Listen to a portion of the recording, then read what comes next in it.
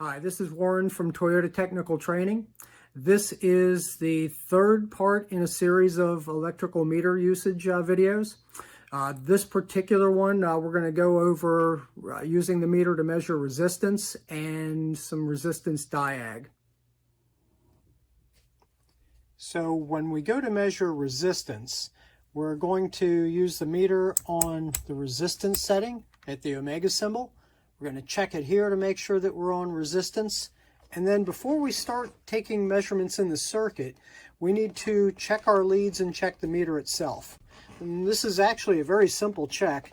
We just take the two leads, cross them together, and observe the reading on the meter.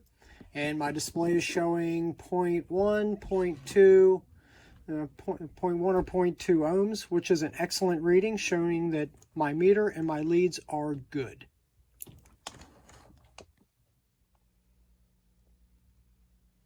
So the next function of the meter we need to take a look at is using it to measure resistance. So resistance, the symbol is the omega symbol here. So we simply move the dial and we check the display. Yep, the display is reading resistance. Notice on the meter leads at the bottom, I've got one here labeled COM for common ground. I have V and I have resistance here on my red lead.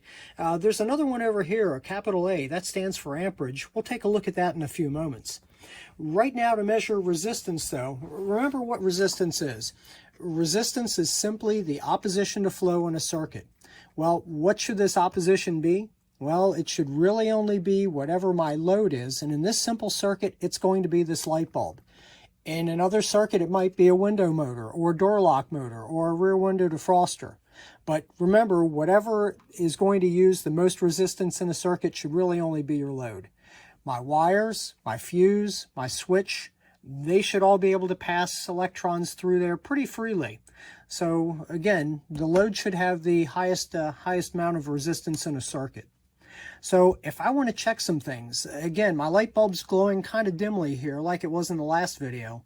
I want to find out why. I can use a meter to make some checks on resistance. So first thing you need to do is to make sure that your power source is off. And in this case, I'm going to completely disconnect the battery. Why? Well, if I don't, I could end up damaging the meter. There is a fuse inside, and a quick check on the fuse looks like this. With the meter lead or the dial on resistance, I can check across my amperage and my resistance slot, and notice I've got about 0.1 ohms of resistance. That's really good. That's telling me that the fuse inside the meter is working properly. Now, to check the circuit, I can check the whole circuit. I've got the switch in the on position, so I can gather up my 2 points here on my leads going around the circuit. And this circuit has a resistance value of about 22.5, 23 ohms. It's going to vary a little bit because the light bulb got a little bit hotter. And remember, heat adds resistance to a circuit. So if I want to simply check a wire in the circuit, disconnect the wire, pull it away from other items, gather up my test leads, and go ahead and do a check. 0.1, that's really good. That's a fantastic low resistance reading.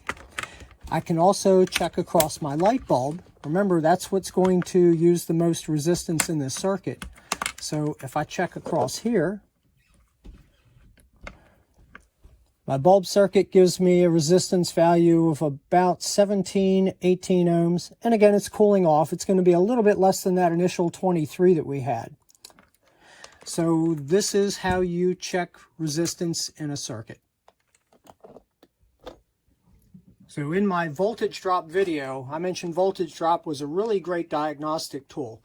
Remember that the light bulb was glowing a little bit dimmer than it was in the available voltage video. So what I'm going to do now is I'm going to use resistance. I'm going to go back to resistance and use that to check the circuit to find out where I have high resistance.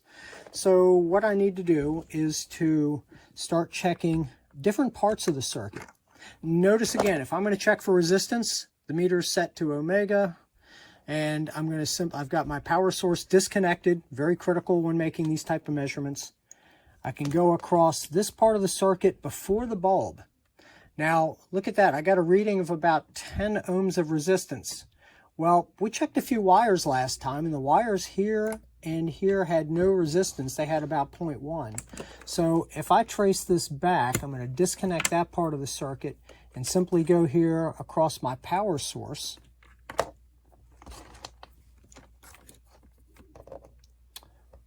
Okay, so the wire going from my power source to the fuse, or to the fuse wire, there's my trouble. I've got 10 ohms of resistance in there.